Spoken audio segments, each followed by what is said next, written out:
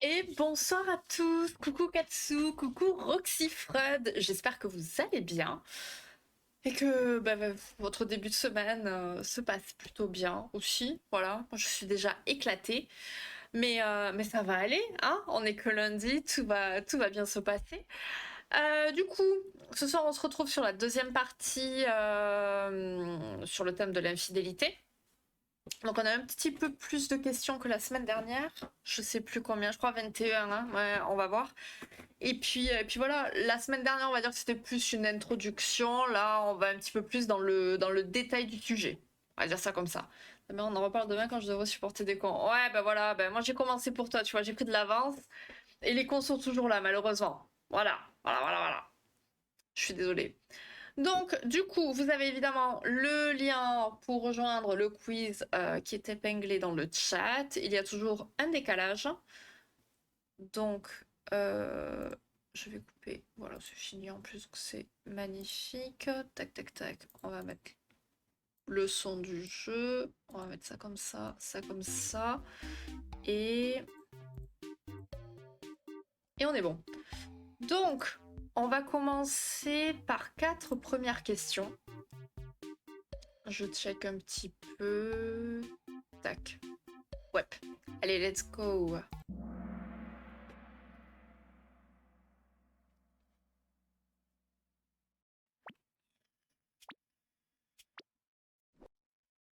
Ouais, 23 questions. Donc, quels sont les deux principaux types d'infidélité? Donc, on a l'infidélité émotionnelle et financière, sexuelle et affective, physique et virtuelle, ou consciente et inconsciente. Ok, ok, ok, ça va aller vite, je sens. Donc, vous êtes tous d'accord, c'est bien. Donc, effectivement, c'est sexuelle et affective. Deuxième question, qu'est-ce que l'infidélité sexuelle? Flirter avec d'autres personnes, avoir des relations sexuelles avec un ou plus de personnes que le conjoint, regarder de la pornographie ou fantasmer sur d'autres personnes. Ok, très bien. Vous êtes très fort. Là, ça va se battre, hein. Bon, vous êtes dans le top forcément, donc il y a moins d'enjeux, hein. Comment se définit l'infidélité affective? Avoir des sentiments pour une autre personne, mentir à son partenaire sur ses émotions, investir tout son temps pour les enfants ou le travail au détriment du partenaire ou partager ses secrets avec un ami proche. Et oui, là c'était un petit peu le piège, on va dire. Donc mentir à son partenaire sur ses émotions, c'est pas vraiment de l'infidélité en soi. Avoir des sentiments pour une autre personne, effectivement ça aurait pu marcher, mais quand on parle d'infidélité affective, ça va être quand on investit plutôt tout son temps en fait pour autre chose que son conjoint, en quelque sorte. C'est un peu piège, je l'entends. Et dernière question à ce sujet, selon la société, quel type d'infidélité est généralement considéré comme plus grave? Est-ce que c'est l'infidélité sexuelle? Les deux sont considérés également graves. L'infidélité affective, ou ça dépend des circonstances? Consciente, inconsciente, inconscient. C'est désolé, c'est pas ce que tu crois, j'en avais pas conscience que j'étais dans la dame. Mais oui, c'est ça, oups, j'ai glissé. Bonjour, je peux témoigner en tant qu'infidèle des streams de Julie. Oui, carrément, carrément. Alors vas-y, fais-nous ton témoignage, Ziglo. L'herbe est plus verte ailleurs, c'est ça? Voilà, c'est ça que tu essaies de nous dire. Donc, on a bien deux formes d'infidélité qui peuvent évidemment se décliner, hein, mais bon. Donc on a l'infidélité sexuelle et l'infidélité affective. Dans l'infidélité sexuelle, ça va concerner l'exclusivité sexuelle, et donc quand l'un des partenaires a des relations sexuelles avec une ou plusieurs autres personnes que le conjoint. Alors, ou plusieurs, enfin en même temps, pas en même temps, peu importe, c'est pas le sujet. Donc la société elle va avoir tendance à trouver celle-ci plus grave que l'infidélité affective. Et donc dans ce cas-là, c'est quand le partenaire va investir tout son temps pour les enfants ou pour le travail au détriment du partenaire. En fait, c'est un petit peu fuir sa propre relation pour s'investir dans toute autre chose. J'ai trouvé ce truc qui ne me crie pas dessus. Eh ben très bien, ben reste-y. C'est même pas là, il y a quelle infidélité. Il y a rien mais personne. Tu mens. Bah non, je pense pas qu'ils mentent. On passe à 4 prochaines questions. Donc, quelles sont les 3 composantes de l'infidélité selon Esther Perel? Donc, Esther Perel, c'est celle qui a écrit le livre Je t'aime, je te trompe. Alors, Les trois composantes, c'est le désir, la passion, l'engagement émotionnel, le secret, l'alchimie sexuelle et une part d'affectif, la trahison, le mensonge et la culpabilité, ou l'attirance physique, l'insatisfaction et l'opportunité. Intéressant, vous avez tous répondu ça. Sauf que non, pas du tout. Pour composer une infidélité, enfin, ce qui compose l'infidélité, c'est bien le secret, l'alchimie sexuelle et une part d'affectif. On va détailler tout ça après. Hein. T'as raison, tout le monde me crie dessus. Mon cœur est en train de se briser quand même. Mais bon. Quelle est la composante fondatrice numéro 1 de l'infidélité? L'affectif, l'alchimie, le désir ou le secret? Ok, ok. Après, à un moment donné, quand la majorité est contre les questions, bon, faut peut-être se poser des questions. Sur la tournure des questions, peut-être? Je ne sais pas. Quel effet le secret a-t-il sur le partenaire infidèle?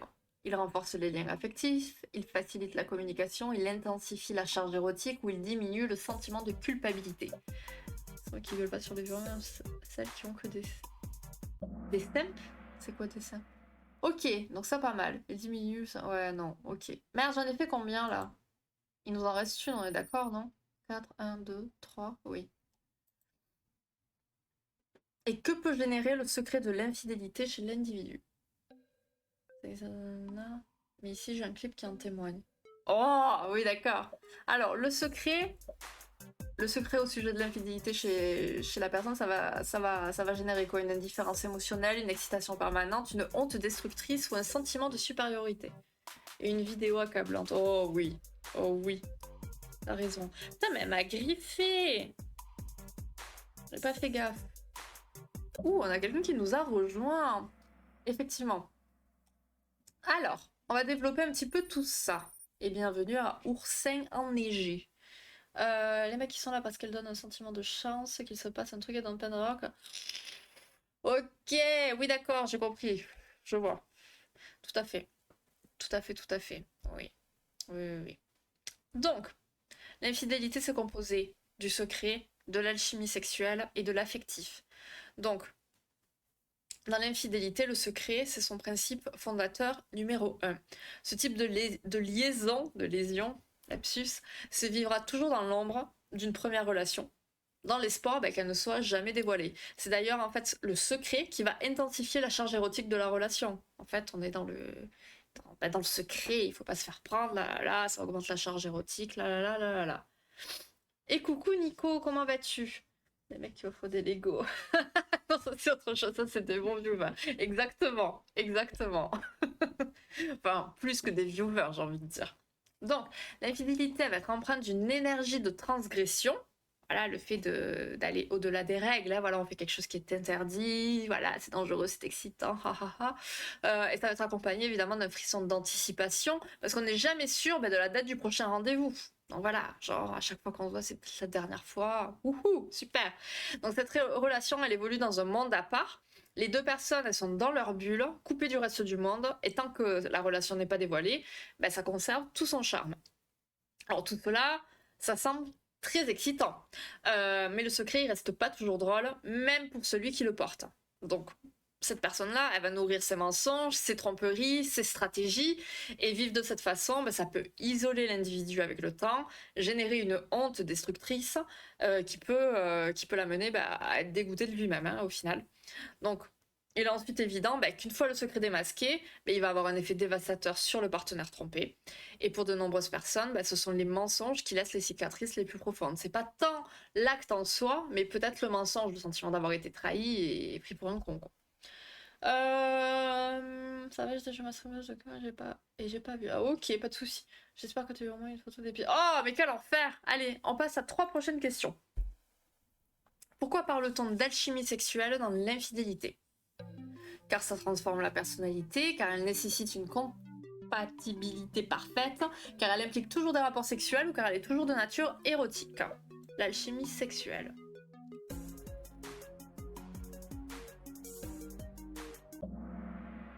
On a un petit peu de tout. Effectivement, c'est par rapport à sa nature érotique. Et bravo au gnou. Selon Proust, qu'est-ce qui est à l'origine du sentiment amoureux? En plus, si t'as déjà vu mes pieds, je crois, je t'avais fait une photo, mais pas dans ce contexte-là. C'était pourquoi? Si, je m'en souviens, c'est bon. C'était au moment quand j'avais cramé, j'étais cramée à cause du soleil. Donc, qu'est-ce qui est à l'origine du sentiment? Ok, amoureux. Ok, c'est notre imagination. Ah oui, c'est vrai, le pied vert. Spoiler, je n'avais pas le pied vraiment vert, s'il vous plaît. Qu'on ne croit pas ça. Mon Dieu. Et enfin, dans quoi le désir puise-t-il sa force? L'absence et l'envie, la stabilité, la présence constante ou la routine? Quel enfer.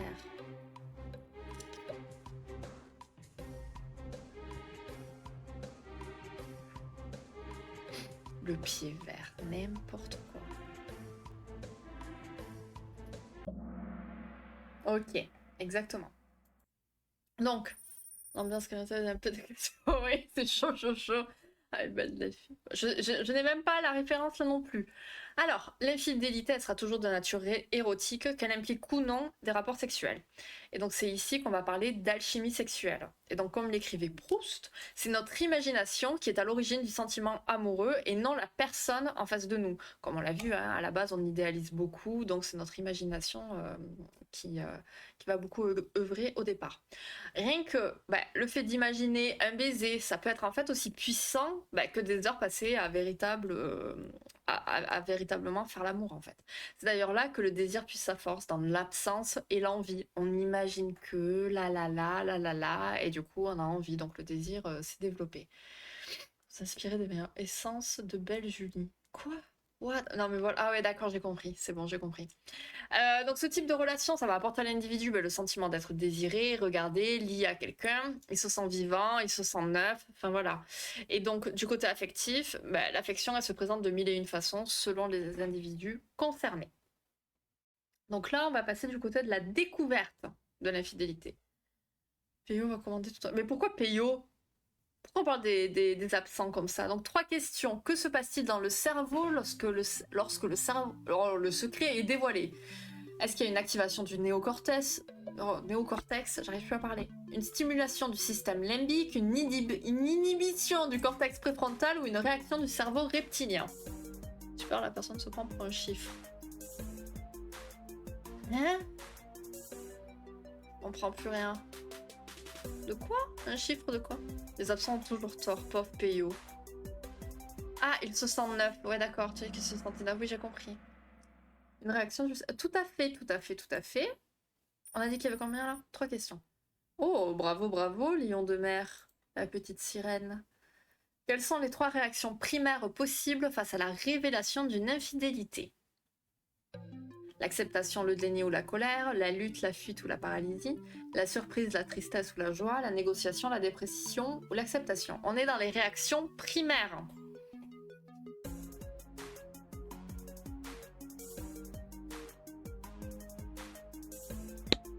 Allez, Ziglo, il vient pour corriger. Tu fais ça aussi chez les autres streamers? Ta nouvelle streameuse? Ok. On veut bien jouer à la personne qui a trouvé. Bien joué, petite sirène. Et est-il possible de se remettre d'une infidélité? Je crois que j'ai trop avancé, non? Je sais plus. Oui, non, seulement dans certains cas rares ou uniquement pour l'infidélité affective. 14 questions, ça fait quoi? Ça fait 3, 3, 6 et 4. Non, c'est bon, je crois que c'est bon. La jalousie, non. Alors là, tu vois. Clairement pas. Oui, uniquement pour l'infidélité. Ouais, ça pourrait effectivement, mais non. Parce que justement, on a tendance à penser que l'infidélité affective serait plus ou moins grave en fait, mais bon, enfin, ça va trop dépendre des gens. Donc, il vient un jour, tant que tu lui fais pas des montages de chinois. Donc, le secret est dévoilé. Et donc là, c'est le cerveau reptilien qui va rentrer en jeu. Donc l'individu va être choqué et il va se déclencher dans son cerveau une réaction primaire qui va être soit la lutte, soit la fuite, soit la paralysie. Donc même si sur le moment c'est très difficile, il va pas être recommandé de laisser ses sentiments prendre le dessus sur les décisions. les réactions de nature impulsive, dictées par le cerveau reptilien, elles vont pouvoir détruire un claquement de doigts des années de vie commune. Bon, après j'ai envie de dire, autant ne pas, fallait pas faire tout ça dans tous les cas, mais bon, voilà. Donc il vaut mieux réfléchir un petit peu avant. Donc se remettre d'une infidélité, c'est pas impossible, c'est pas facile non plus, mais avec du temps et du travail, c'est possible. La période de crise, ça va être un moment qui va être vraiment délicat pour le couple. Il y a chacun des partenaires qui aura besoin de temps pour mettre de l'ordre dans ses idées, parce que lors de la découverte, il y a tout qui va partir en éclats. Les partenaires, ils constatent qu'ils évoluaient tous deux dans des réalités différentes. On a quelqu'un qui est ancré dans son couple et l'autre qui est en fait déjà ailleurs. Donc on n'est vraiment pas dans le même, on n'est pas sur la même longueur d'onde. Par la suite, ils vont pouvoir tenter de donner du sens à ce qui vient de leur arriver. Pourquoi il y a eu cette liaison ça fait 2 fois. Quel rôle a joué chacun des partenaires? Et enfin, ils devront réfléchir à ce qui les attend. Rester ou se séparer. Donc, les personnes qui sont concernées, si elles ne savent plus comment communiquer dans leur couple, l'idée, ça sera évidemment d'aller consulter, toujours quand on ne sait plus communiquer. La présence d'une tierce personne, en fait, elle peut permettre d'accompagner au niveau de la communication des sentiments, des émotions, et elle pourra surtout aider à faire la part des choses et à déboucher sur une décision prise en conscience et pas prise sur le coup de l'énervement et des émotions qui ont débordé. Que tous les cinq que je regarde, que sur la palme de l'illettriste, c'est le meilleur. Les liaisons dangereuses. L'illettriste, ça triquite, mais voilà comment ça écrit. Ah, en même temps, t'as loupé le début, Nico, c'est pour ça. C'est normal, donc t'inquiète pas. Oula, alors là, j'ai mis 4 questions, vraiment. D'accord, ok. Bon, allez, c'est parti. Combien de types de couples ayant survécu à une infidélité Esther Perel a-t-elle décrit? 2, 4, 3 ou 5? Il y a différents types de couples qui survivent à l'infidélité. Combien il y en a? On va les découvrir.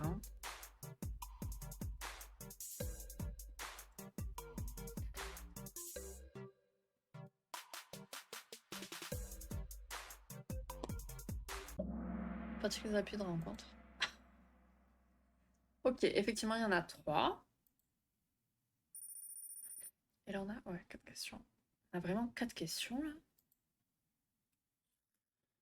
Quel type de couple s'enferme dans le passé après une infidélité? Les martyrs, les survivants, les explorateurs ou les bâtisseurs? Ça, c'est les types de couples qu'on va découvrir après. Et coucou maquillage, comment vas-tu?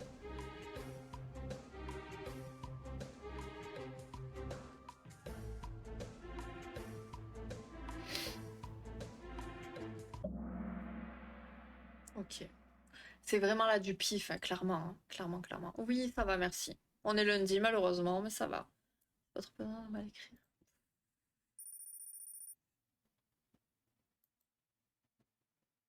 Quel type de couple s'en sort grâce à ses efforts et tourne la page? Les explorateurs, les martyrs, les résilients, les bâtisseurs.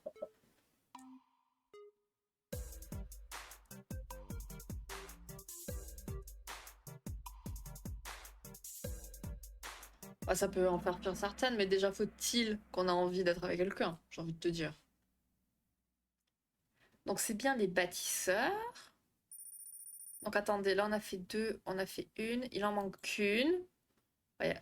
Non, je me suis chiée quelque part, je pense. Quel type de couple crée une union plus harmonieuse après l'infidélité? Attends, 1, 2, 3... Ah oui, non, c'est bon. Ok, je me perds toute seule dans mon calcul.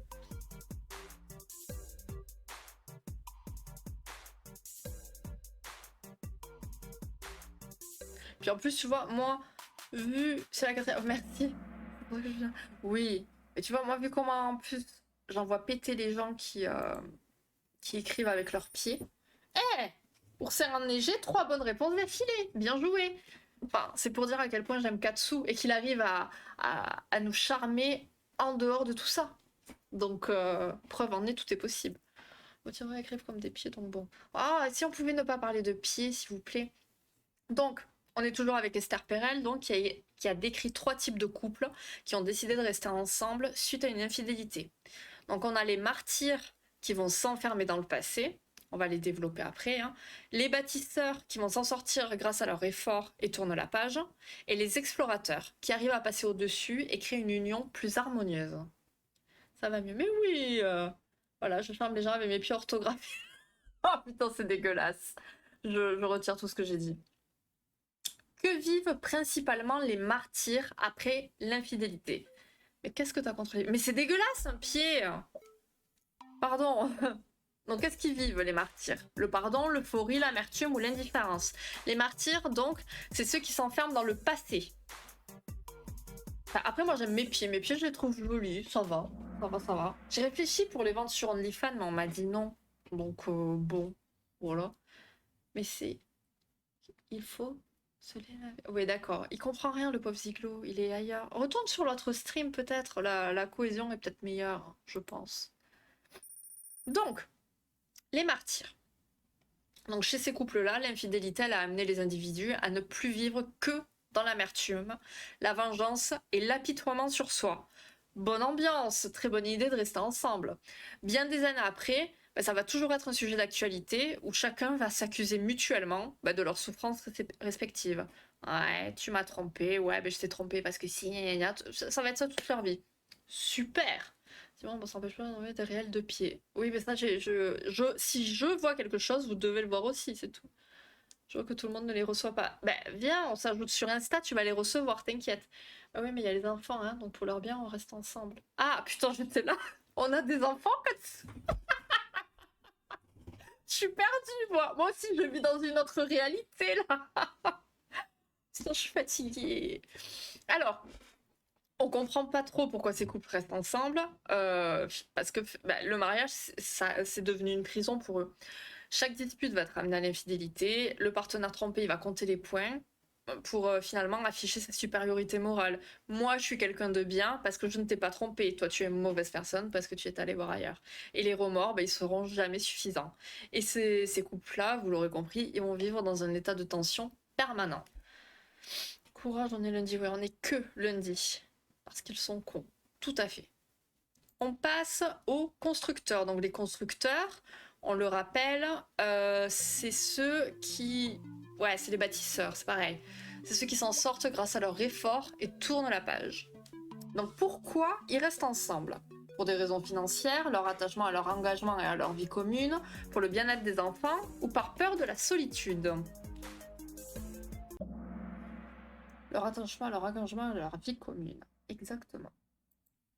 Et on va faire une deuxième question. Ouh, on a une petite remontée. Sur quoi se concentrent les constructeurs pour reconstruire leur relation? Les faiblesses à améliorer, les points forts de leur couple, les conseils d'experts extérieurs ou les nouvelles expériences à vivre?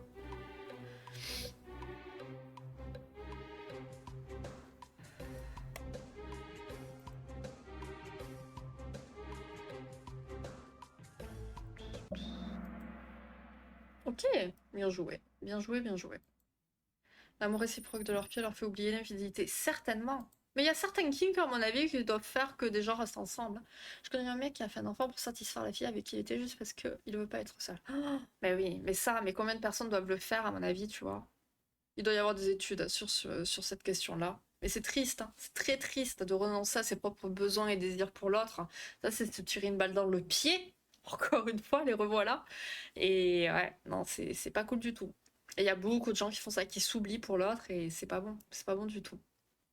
Donc, les constructeurs, c'est ces couples qui restent ensemble du fait de leur attachement à leur engagement et à la vie qu'ils ont construit ensemble. Ils se soucient l'un de l'autre et ils tiennent à préserver leur famille. Ils vont tenter de se retrouver, de retrouver ce qu'ils ont connu auparavant en se concentrant sur les points forts de leur couple. Il y en a un paquet comme ça. Oui, c'est ça. C'est ça. Ils ont réellement peur de tout perdre. Le mensonge et l'infidélité ne leur auront causé que des tourments et ils préfèrent tourner la page. C'est un peu, bon allez, on oublie, on repart de zéro et let's go. Et donc l'amour et la loyauté sont des valeurs importantes pour eux sur lesquelles ils préfèrent se concentrer. Après voilà, on n'est pas là pour juger, chacun fait comme il peut et veut aussi. En gros, je préfère être seul. Ouais, mais ça, c'est chacun voit comme il veut, quoi. Il y a beaucoup de cas comme ça, malheureusement, c'est ça. Je suis constructeur, j'ai rénové une maison. Mais carrément, tout à fait, c'est ça, c'est un nom constructeur. Et enfin, on finit avec les explorateurs. Donc, que permet l'infidélité aux explorateurs? Une séparation inévitable, un statu quo dans la relation, une régression émotionnelle ou une transformation positive. Donc eux, ils arrivent à passer au-dessus et ils vont créer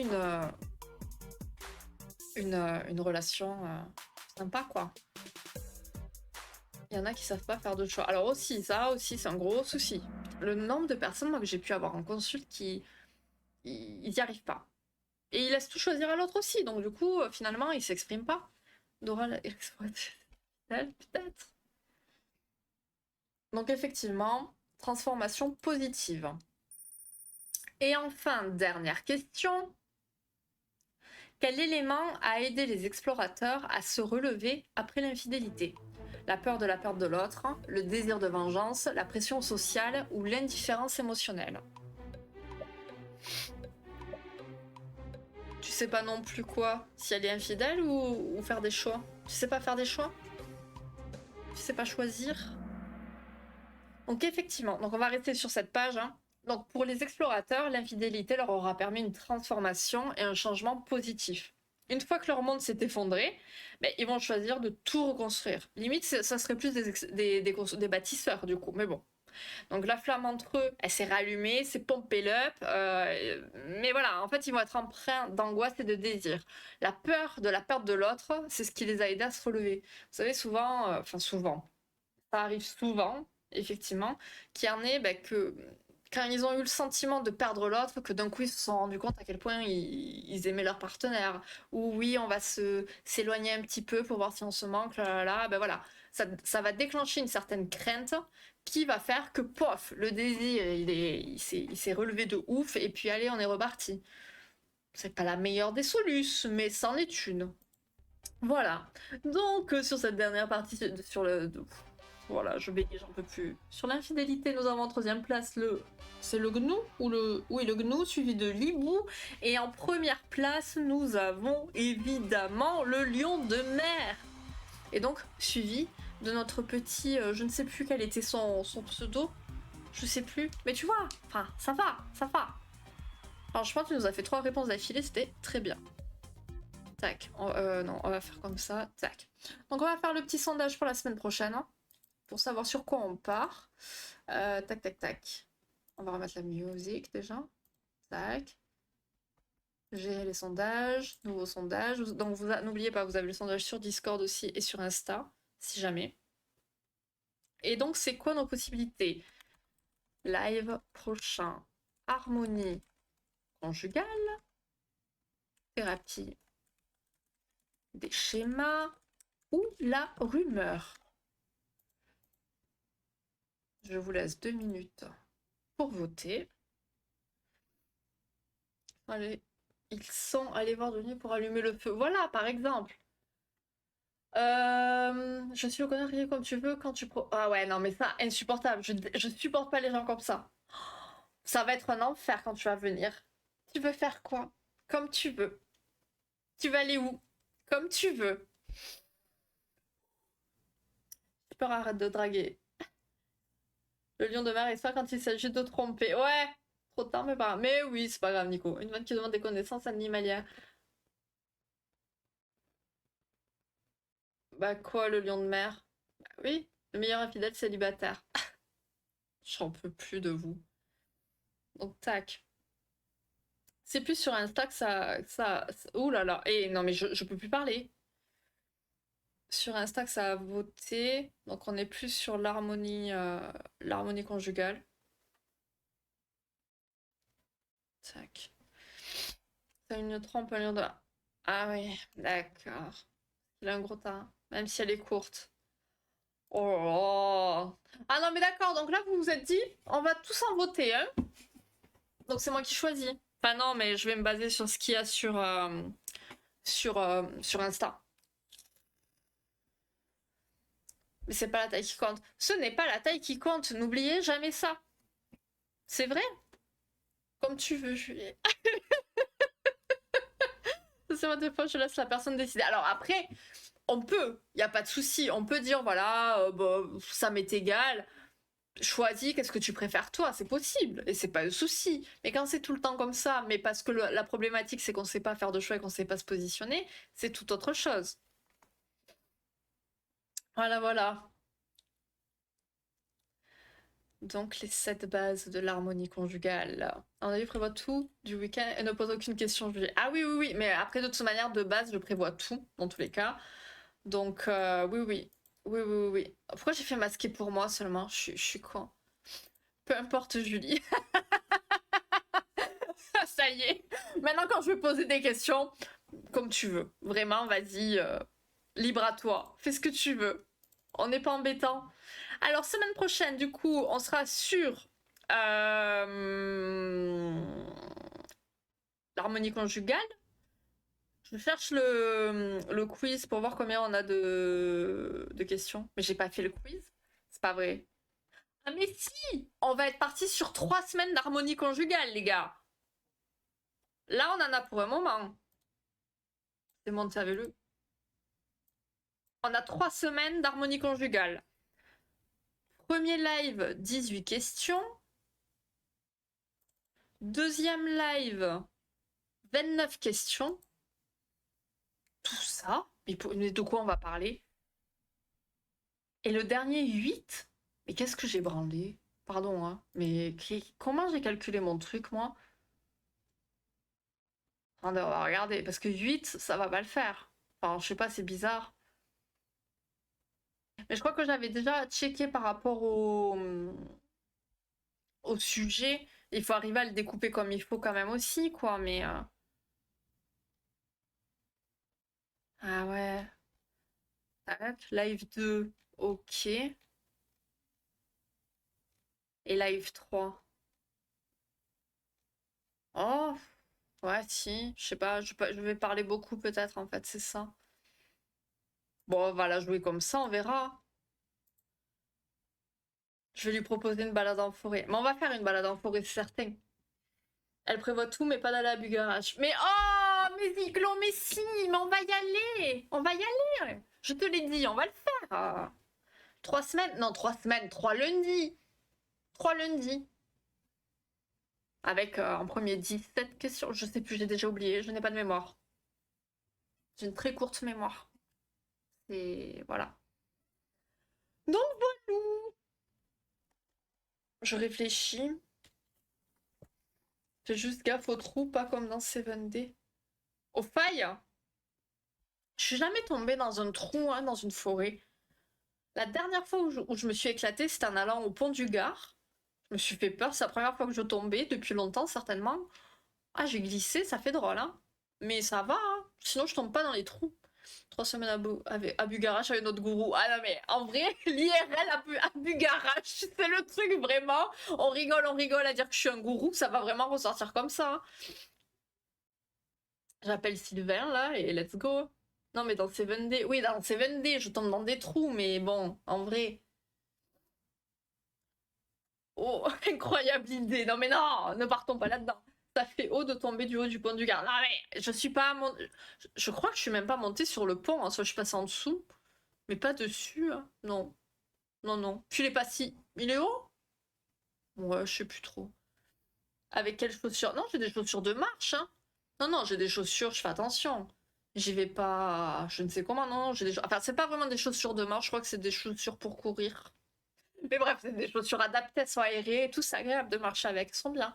Faudrait peut-être que j'en rachète, parce que ça fait longtemps quand même que je les ai. Mais bon, bref, c'est pas à cause des chaussures que je suis tombée, j'en sais rien, je devais bader la lune et ah, voilà, j'ai glissé. Mais c'est arrivé qu'une fois, hein. L'important c'est de porter la bure de la secte. Qu'est-ce que c'est la bure? Est-ce que c'est une faute de frappe ou un mot que je ne connais pas? La bure? La bure, c'est un tissu de laine assez grossier. Cette étoffe sert de base à la confection de vêtements religieux, en particulier les frocs de moine.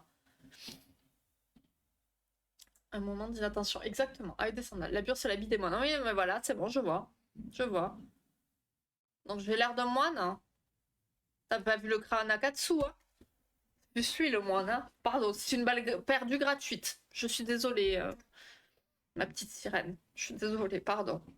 Je vais couper là de toute façon parce que je sens que j'ai mes nerfs d'avant ma fin de journée qui remontent alors que j'étais repartie tranquillement. Donc ce serait dommage de tirer à vue comme ça. Que les disciples qui portent la bure. Ah! Donc c'est vous qui serez habillés comme ça? Oh ouais, la bure spéciale secte du 8, toute noire avec ailes de chauve-souris avec des ballerines là-dessus. Ah ouais! Il faut faire un truc avec ça. Il faudrait faire un personnage. Ziglo, tu vas t'en occuper. Donc t'as l'air de toucher à tout ça. Il va faire plein de petits moines avec, ouais, avec une bure. Ouais, la bure toute noire avec des ailes de chauve-souris et des ballerines. Ouais. Des hommes en ballerines. J'ai jamais vu un homme en ballerine. Tu crois que les hommes portent des ballerines? Oh, certainement. Ils portent des robes, donc pardon. Bon, allez, voilà, on va y aller avant que ça ne dérape trop. Bonjour, vous avez besoin d'un réel talentueux, Bonjour, oui, tout à fait. Tout à fait, c'est ce que nous recherchons. Donc, Sniff. Quoi, Sniff? Qu'est-ce qu'il y a? Sniff quoi? Je serai alors après. Mais t'inquiète pas, Nico. T'inquiète pas. C'est rare. Mais oui, mais il n'y a aucun souci. Attends, voyons. C'est su le nez. Bon, tu nous expliqueras pourquoi plus tard, hein. Donc on se retrouve jeudi. Jeudi sûr. Vendredi, je réfléchis encore parce que j'ai une consulte qui s'est rajoutée. Donc il faut que je vois comment. Après, je me dis si je stream vite fait à 17h30, ça va, j'ai le temps. Donc on verra. Il y a rien, il y a rien. Mais parle. Bon, merci. Si tu savais tout ce qui se passe. Dinguerie, dinguerie. Bon, le pire, ça sera le mieux ou le pire, je sais pas trop, ça sera demain soir, l'île de la tentation. Mais ce soir, déjà, on rigole bien. Bon, en tout cas, merci à vous de votre présence et de votre participation au quiz. Donc, à partir de la semaine prochaine, on part sur 3 semaines de harmonie conjugale. Magnifique. Et puis, mais ça va être intéressant, franchement. Enfin, pour qu'on en parle pendant 3 semaines, j'ose l'espérer. Donc, on se retrouvera à 19h30, toujours pareil, histoire que j'ai le temps de manger, etc., pour aller me mettre devant la télé et critiquer les mariés. Et puis, donc voilà, on se retrouve jeudi, peut-être vendredi. Et puis voilà, je vous tiens au jus. Au revoir, frères et sœurs Julis.